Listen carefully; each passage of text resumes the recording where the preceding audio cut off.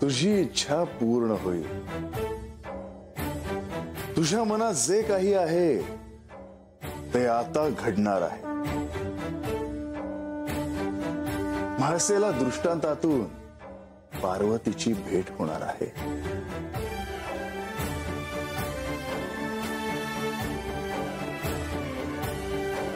देवा, आपण खरोखरच सांब सदाशिव आहात, भोळे आहात, क्षमाशील आहात। ते माशेठ, आता निश्चिंतपणे अतिथी कक्षात जा। जे घडायचं आहे ते घडणारच आहे।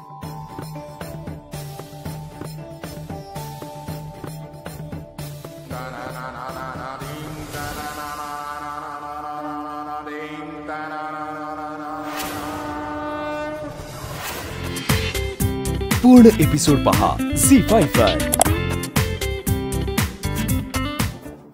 पार्वती देवी म्हणजे साक्षात आदिमायाचे रूप, शक्तीचे रूप। तिच्या केवळ दर्शनाने साऱ्या भक्तांच्या चिंता दूर होतात, अशी ती आदिशक्ती स्वरूप आहे।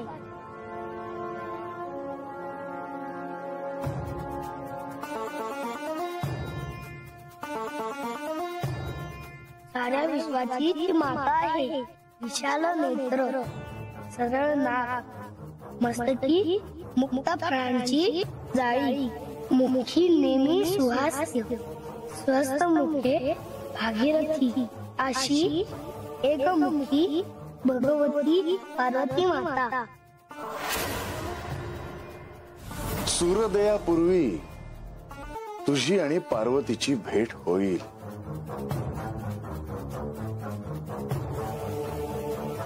खरंच?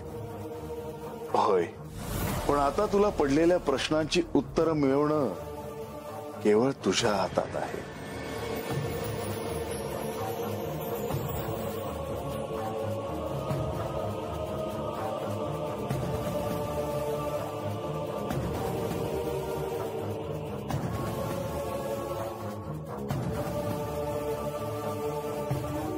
हे प्रभू, आज माझं हृदय का धडधडतं आहे? काहीतरी घडणार आहे असं मला वाटतं आहे। सगळं नभोमंडळ जेजुरीवर येऊन थांबलं आहे असंच मला वाटतं आहे। पार्वती देवी, तुमची भेट कधी आणि कशी होणार? हे म्हणाले होते की ती जीवाशिवाची भेट आहे म्हणून। त्याचा अर्थ काय आहे हेही मला कळत नाही, पण मला मात्र तुमच्या भेटीची आस लागली आहे। देवी, तुम्हाला काही जाणवलं नाही का? मी लक्ष दिलं नाही। मग लक्ष देऊन पहा।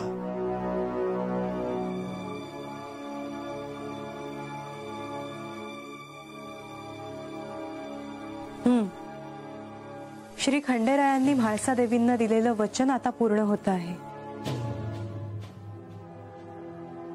श्री म्हाळसा देवींना पार्वती देवींना भेटण्याची इच्छा होती, परंतु हे कसं घडवून आणावं हा मुद्दा होताच। श्री खंडेरायांनी मात्र उत्तम मार्ग शोधला। हो, दृष्टांत, दृष्टांतातूनच त्यांची भेट होऊ शकते, दुसरा काही मार्ग नाही। ही खूप महत्वाची घटना आहे। श्री म्हाळसा देवींना अनेक प्रश्नांची उत्तर मिळतील। त्यांना समाधान मिळेल की पार्वती देवींशी तरी त्यांची भेट झाली। परंतु त्यानंतरही बानू हीच जयाद्री आहे हे म्हाळसा देवींना कळणं अवघड आहे, आणि ते कळणं महत्वाचं। त्यातूनच साऱ्या गोष्टी उलगडतील। परंतु हे सर्वस्वी श्री म्हाळसा देवींच्या हातात आहे, कारण देवांनीही सगळं काही करून झालं आहे। आता त्यांच्या अंतर्मनावर ह्या जन्माच्याच गोष्टी साचल्या असतील। त्यांना गतजन्मीचं स्मरण करून देणं तितकं सोपं नाही। हा प्रयत्न देखील सफल झाला नाही तर मात्र काहीतरी करावं लागणार आहे. नाही, ते नैसर्गिक नाही.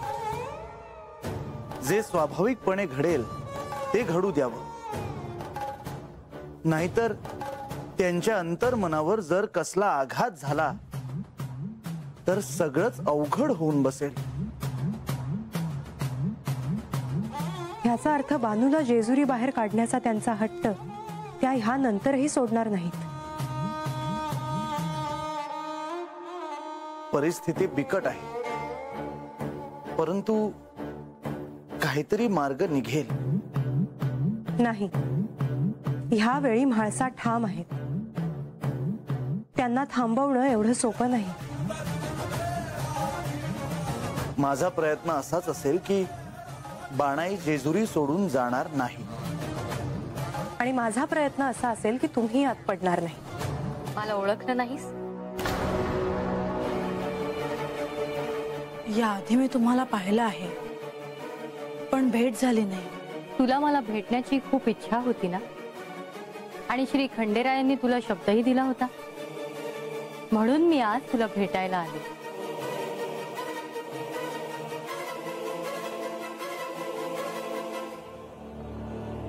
पार्वती देवी, साक्षात तुम्ही? होय.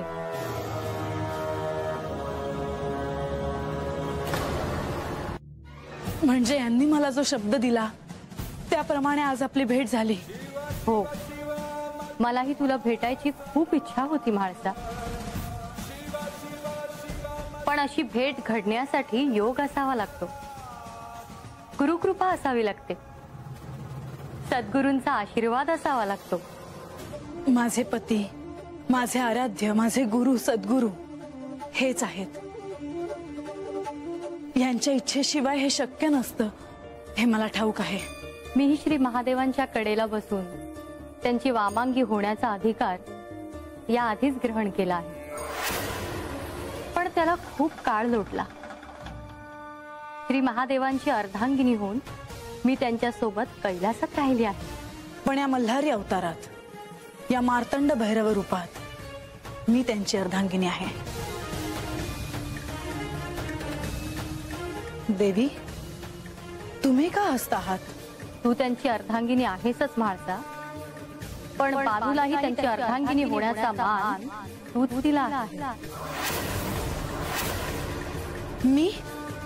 मी असं कसं करेन? मी माझा संसार का मोडेन?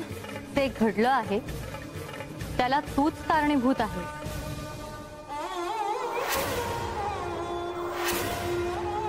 हे काय बोलत आहात तुम्ही? मी यांच्यावर जीवापाड प्रेम करूनही, यांच्याशी विवाह करूनही हे बानूला भेटत राहिले.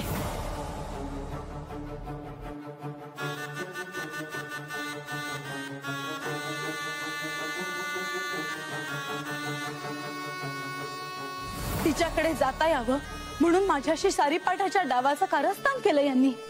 म्हाळसा, ह्या सारीपाठाच्या खेळात तू जर जिंकलीस तर हे साम्राज्य, सिंहासन आणि माझे शिवत्व तुला देईल. मी त्यांना थांबवण्यासाठी पंचमहाभूतांना देखील पाठवलं, पण ते थांबले नाही. बानूची आणि ह्यांची भेट होऊ नये म्हणून मी त्यांना वृद्ध होण्याचा शाप दिला, पण तरीही ते तिच्याकडे गेलेच. तू असं करायला नको होतस म्हाळसा. याचा अर्थ मीच चुकले आहे. मी त्यांच्यावर जीवापाड प्रेम केलं आहे म्हणून मी त्यांना शाप दिला. पण ह्यामुळे श्री खंडेरायांना किती सोसावे लागले. वृद्ध शरीर घेऊन त्यांनी 12 वर्ष काढली. त्यात त्यांना मनुष्य धर्माचे सगळे नियम लागू होते.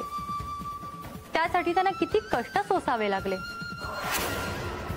सगळ्यांना असं वाटलं की श्री खंडेरायांनी म्हाळसाला अभेरून दुसरं लग्न केलं, पण तसं नाही म्हाळसा. म्हणजे कारण ती तुझी इच्छा होती म्हाळसा. माझी? पण ते कसं शक्य आहे? होय म्हाळसा, ती तुझीच इच्छा होती. मला जी स्त्री दिसायची ती पार्वतीच होती. तुझी तिला भेटण्याची इच्छा तरी पूर्ण झाली. हो, आणि पुढे काय करावं याचा मार्गही सापडला मला. का? काय करणार आहेस? ते तुम्हाला ठाऊक आहे.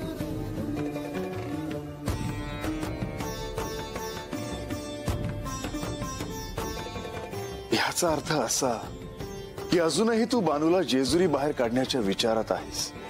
हो, आणि तुम्हाला माझं ऐकावं लागेल.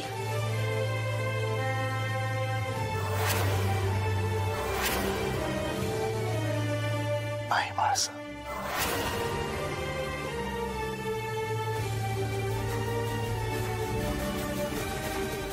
मी तिला असं नाही सोडून देऊ शकत. माझा तिच्याशी विवाह झाला आहे. माझ्याशी तुमचा विवाह झाला आहे. विवाहात तुम्ही मला वचन दिले आहे आणि माझ्या सुखासाठी तुम्हाला हे करावंच लागेल. म्हाळसा, मला वाटलं पार्वतीची भेट झाल्यावर तुझा विचार करण्यामध्ये बदल झाला असेल, पण नाही. तू आहे तशीच आहेस. पण म्हाळसा, जर तू अशीच राहिलीस तर बानू तुझ्या पुढे पुढे जात राहील आणि स्वतःचे स्वरूप समजून घेण्यामध्ये यशस्वी होईल. तुम्हाला हेच हवं आहे बहुतेक. म्हाळसा, तू अशीच वागणार आहेस का? आणि तसं असेल तर होय, तिला तिच्या भक्तीचे फळ मिळेल, कारण ती तुझा अव्हेर नाही करत. ती कोण माझा अभ्यार करणारी? मी आधी इथे आले आहे. माझी फसवणूक झाली आहे. माझ्याशी प्रतारणा झाली आहे. तिने काहीच नाही गमावलं. तिला हे दुःख नाही कळणार. हे दुःख काय असतं या माणसाला विचारा.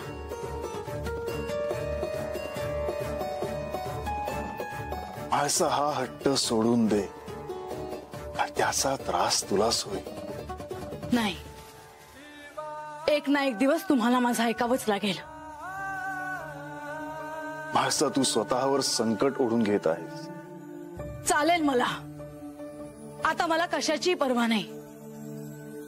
मला काय करायचं आहे हे मला चांगलंच ठाऊक आहे.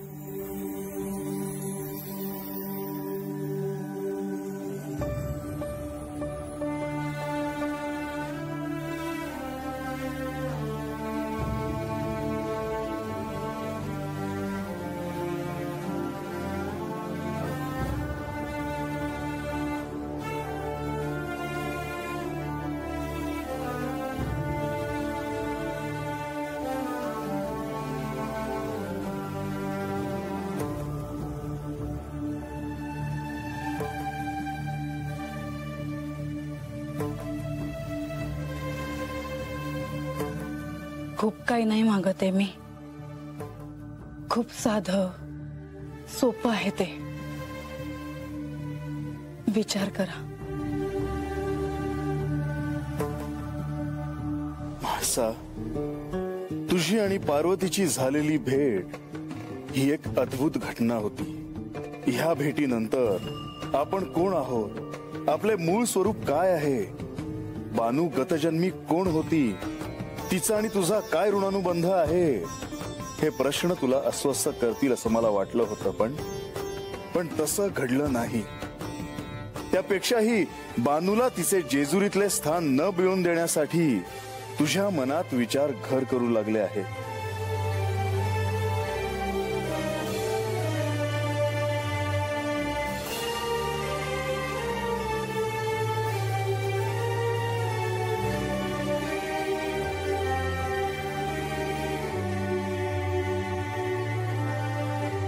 हे देखील ह्या मनुष्य जन्माचे भोग आहे.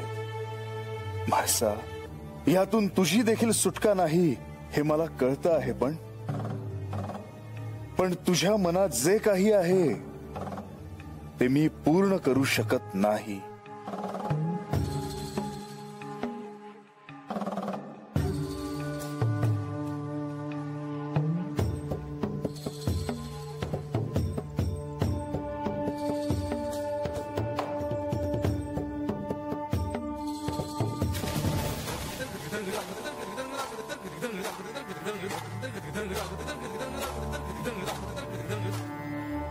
देवा,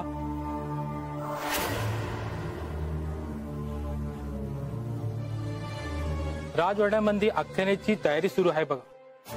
समधी जण येऊ लागले. ती गणोबा दिसत नाही कुठे. तुम्ही बोलवलं आहे, सांगू का जी गणोबाला? नको. प्रधानजी आणि लक्ष्मी देवींना माझा निरोप द्या. जी देव. त्यांना सांगा की मी त्यांना तात्काळ इथे बोलवलं आहे. वय देवा. गणोबा तुम्ही आणि आज हात कसं काही येणं केलं? बंडोबाला कामाला धाडला होता, अजून आला नाही म्हणून हुडकत हुडकत हात आलो बघा. हाय का हात? नाही, बंडोबा नाही हाय हात. बर, येतो मी. बानाई, एक विचारायचं होतं. विचारा की. तुमचं बाण पावनं चंदनपुरीहून आलेलं दिसत नाहीत, केव्हा येणार आहेत? हे दिवाळी नंतर नाही येतो म्हणले होते, पण अजून बी आलं नाहीत बघा. नाही म्हणलं, एकल्याच आहे ती. हात वाड्यावर आल्यापासून तुमच्या सांगती कोणी ना कोणीतरी आहेच बघा. त्या म्हणजे असायच्या, तुम्हाला काय हवं नको त्याच बघायच्या. नाही कोणीच नाही म्हणून विचारलं बघा. वय या खेपेला म्हणजे नाही येणार, तिचं लगीन ठरलं आहे बघा. होय का? चांगलं झालं बघा. बरं बानाई, तुम्हाला काय हवं असल नसल ते सांगायची. वाड्यावर 2 सेवक धाडू का? नाही नाही गणोबा, मला काही लागलं तर सांगल म्या. आणि बाई येतोच आहे, तो बी असल होत. बर, येतो मी. गडावर आख्यानाची तयारी करायची आहे. देवा, तुम्ही तात्काळ भेटायचा निरोप पाठवलात. आता आख्यानासाठी सर्वजण गडावर येऊ लागले आहेत, परंतु तुम्ही चिंतित दिसता आहात. होय, कारण वेळच तशी आहे. काय झालं आहे देवा?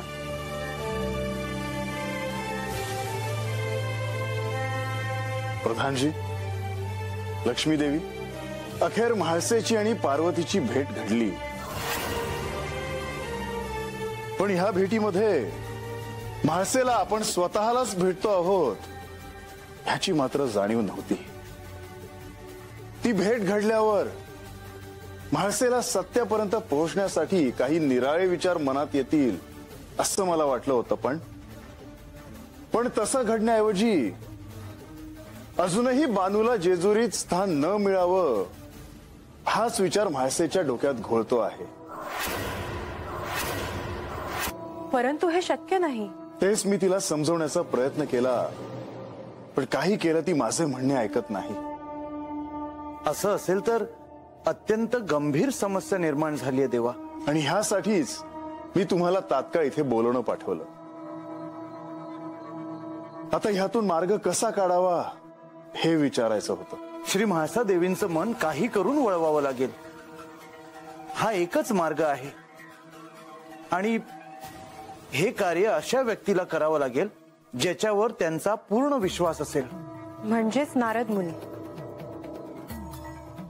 त्यामुळे नारद मुनी म्हाळसेला समजवण्याचा प्रयत्न करतील असं मला नाही वाटत. परंतु लक्ष्मी देवी म्हणाल्या त्याप्रमाणे त्यांच्याखेरीज हे कार्य दुसरं कोणीही करू शकणार नाही देवा. त्यांना ह्यात हस्तक्षेप हा करावाच लागेल, कारण बाणाई ही नारद मुनींची शिष्या देखील आहे. मला असं वाटतं की आपण त्यांच्यावर हे दायित्व सोपवावं. ह्यातून काय मार्ग निघू शकेल ह्यावर आपण विचार करूच, परंतु नारद मुनींना त्यांच्यावर एक दायित्व येणार आहे ह्याची कल्पना तरी द्यावी. प्रधानजी, नारद मुनींना भेटण्यास बोलवावे लागेल. देवा, गडावर आज आख्यान आहे, म्हणजेच नारद मुनींचं गडावर आगमन झालं आहे.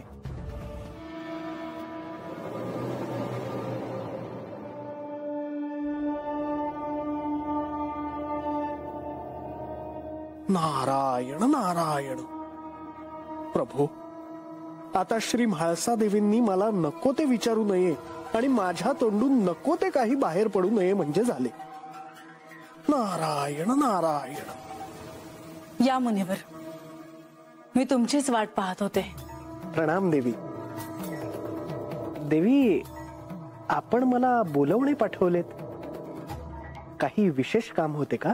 हो मुनिवर, मला तुम्हाला काही महत्वाचे सांगायचे आहे.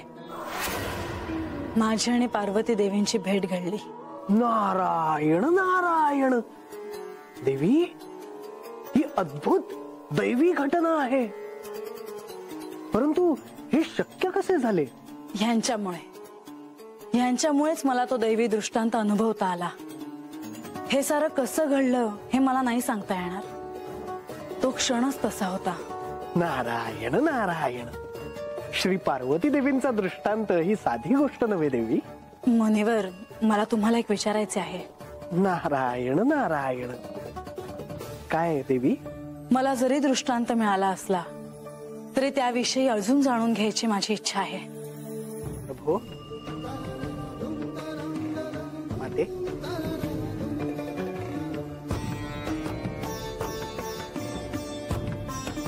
आपण कुठल्याशा चिंतेत आहात का? आपलीच प्रतीक्षा करत होतो मुनिवर. आपण आलायत म्हटल्यावर काही ना काहीतरी घडणारच. अहो काय हे मुनिवर, काही विशेष नाही. तुम्ही इथे गडावर आला आहात हे आम्हाला कळलं, परंतु तुम्हाला इथे यायला बराच वेळ लागला. त्याचाच विचार करत होते. होय माते, मी इथेच येत होतो, परंतु अचानक श्री म्हाळसा देवींचा निरोप आला म्हणून मी त्यांच्या कक्षात त्यांचे दर्शन घेण्यासाठी गेलो होतो. श्री म्हाळसा देवींचा निरोप? होय प्रभू. श्री पार्वती देवींनी त्यांना दृष्टांत दिल्यामुळे त्या आनंदात आहेत. या आख्यानात या दृष्टांताबद्दल त्यांना ऐकण्याची इच्छा आहे. मुनिवर, ह्या आख्यानात तुमच्यावर फार मोठे दायित्व आहे. मार्तंड भैरवाच्या अवताराचे प्रयोजन केवळ तुमच्यामुळे सर्वदूर पोहोचते आहे. तसेच ह्या आख्यानातून म्हाळसेला आणि बानूला सत्य काय आहे हे समजण्यास देखील सहाय्य होत आहे. नारायण नारायण. देवा, मला माझे दायित्व पार पाडता यावे याखेरीज आणखी समाधान ते कोणते? हे पहा मुनिवर, जसं आख्यानाचं दायित्व तुमच्यावर आहे तसंच श्री खंडेरायांनी आणखीन एक दायित्व तुमच्यावर सोपवायचं ठरवलं आहे. नारायण नारायण. आणि ते कोणते प्रभू? मुनिवर, ते निश्चित काय आहे हे मी तुम्हाला सांगेनच, पण त्याबद्दल तुम्हाला काही कल्पना यावी म्हणून तुम्हाला हे सांगितले.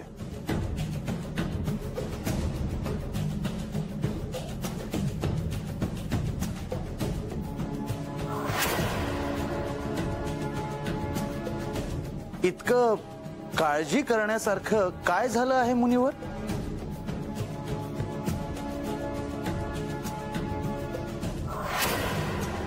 प्रभू, आज एका पाठोपाठ एक अशा काही घटना घडत आहेत की त्यांची तर्कसंगती कशी लावावी हे मला कळेनासे झाले आहे. म्हणजे तुम्हाला काय म्हणायचं आहे मुनिवर?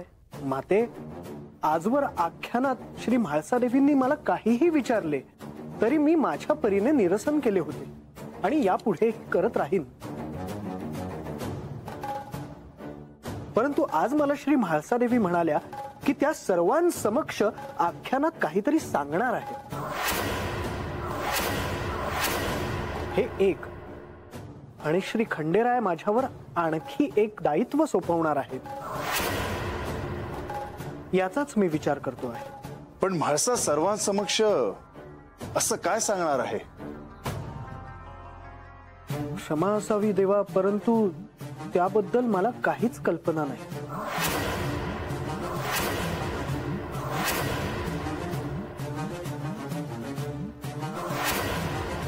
सर्वांसमक्ष असं म्हास्यला काय सांगायचं असेल?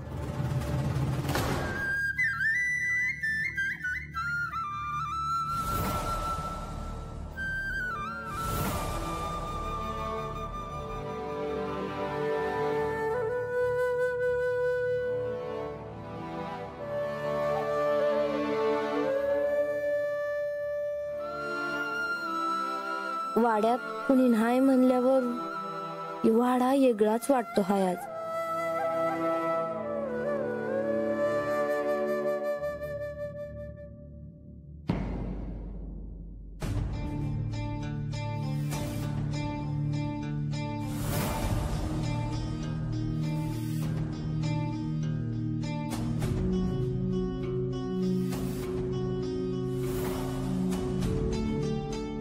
आज पतूर वाड्यावर आल्यानंतर आख्यानाला मी एकली कधी गेले नाही, पण आज एकलीच जाणार. आज का कुणास ठाऊक एकली पडले हाय असं वाटतंय मला.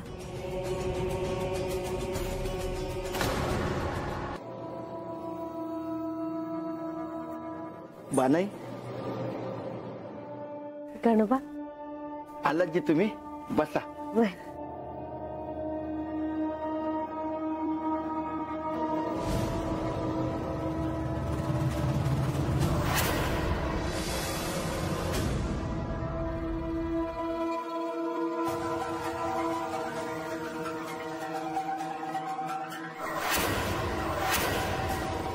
अजून सारी वस्ती जमलेली दिसत नाही. समधी वस्ती कशा पायी येईल होत, फक्त बा येणार आहे जी. आणि अजून कोणी येईलच. आज 4 लोक आलेत, उद्या 40 लोक येतील. हळूहळू सारी वस्तीच गोळा होईल जेजुरी गडावर. अहो हे काय बोलताय आपण? असे बोलणे बरे दिसत नाही. बाणाई,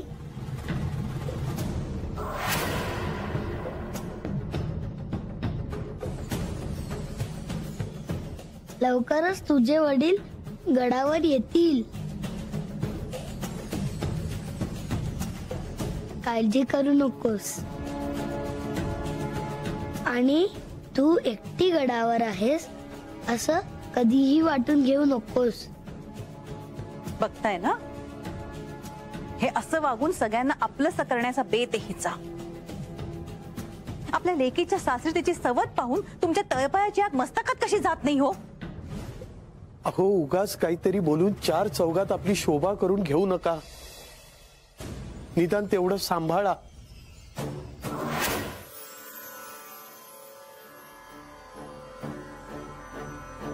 जय जयाजी म्हाळसा कांता, जय जयाजी शूळ धरता, जय जयाजी प्रताप विस्तारिता, मणिमर्दना सर्वेशा, जय जयाजी प्रेतासना, मार्तंड भैरव भवमोचना, जय जयाजी त्रिपुर सूदना, गिरिजावरा सर्व साक्षी, जय जयाजी मल्ल निक्रंदना, जय जयाजी कल्मष दहना, जय जयाजी भवभंजना, उधार धीरा उमावरा, जय जयाजी रणभैरवा, प्रताप रुद्रा मार्तंड भैरवा, अंधक ध्वंसी उमाधवा, भक्त पालक दयानिधी, जय जयाजी नागभूषणा, दया सागरा अनंग दहना, जय जयाजी चंद्रभूषणा, जय जयाजी पशुपती, मल्ल दैत्य निहंता, दैत्य समूह दलन करता, चरण कमल सुरपूजिता, सर्व ऐश्वर्य पावती, ऐसा तू कृपा सागर, नमस्कार करीतो वारंवार, मदन दहन उमावरा, प्राणीपात असोत भासी. नारायण नारायण. देवा, आता आपली आज्ञा असेल तर मी आख्यानाला सुरुवात करतो. थांबावे मुनिवर.